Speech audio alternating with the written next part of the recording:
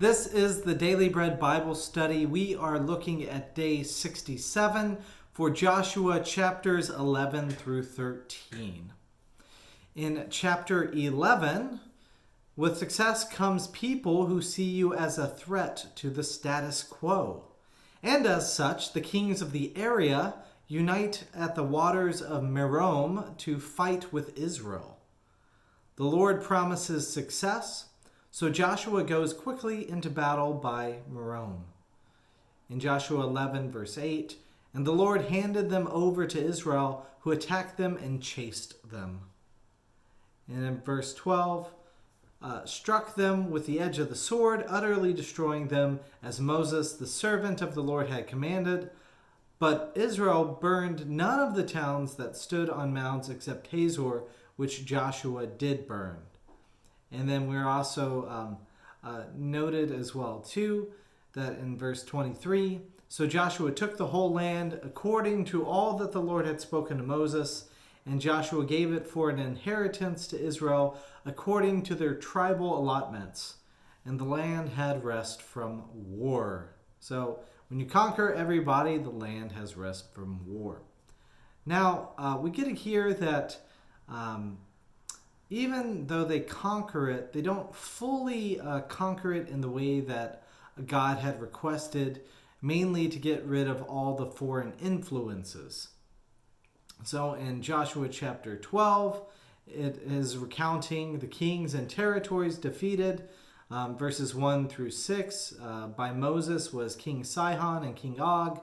And by Joshua, verses 7 through 24, 31 kings are defeated, and they are listed in those verses. As I mentioned a second ago, Joshua 13 gets into the areas that still have influence. Joshua is old now and advanced in years in chapter 13. And the Lord said to him, "You are old and advanced in years, and very much of the land still remains to be possessed. This is the land that still remains."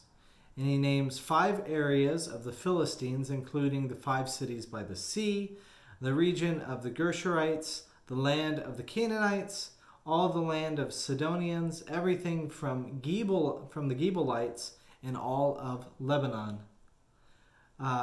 God says, "I am still going to fight alongside of Israel, but you can divide and allot the land while I am still in the process of dispossessing its inhabitants.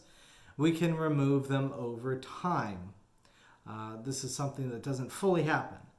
In Joshua 13, verse 7, "Now therefore divide this land for an inheritance to the 9 tribes, 9 and the half tribe of Manasseh." In verses 8 through 13, it speaks of the territory east of Jordan. It will be repeated right below when the tribes of Reuben, Gad, and the eastern half of Manasseh land is allocated. Thus, these verses can really be skimmed over. There are 2 notable inclusions, though, in Joshua 13, verse 13. "Yet the Israelites did not drive out the Gershurites or the Maccathites, but Gershur and Maccath live within Israel to this day." So, to the tribe of Levi alone, Moses gave no inheritance. The offerings by fire to the Lord God of Israel are their inheritance, as he said to them. So that's Joshua 13, verse 14. There will be, in chapter 14, the towns given to the Levites to control will be mentioned there as well. So, not like the Levites are left out fully, but we will see that land is divided up. They conquered it, that what God had asked them and promised them to have this land, they're still getting things worked out of how that will be, but ultimately they have arrived. So may you be able to arrive in the land God has promised you, and may you be able to focus on God each and every day.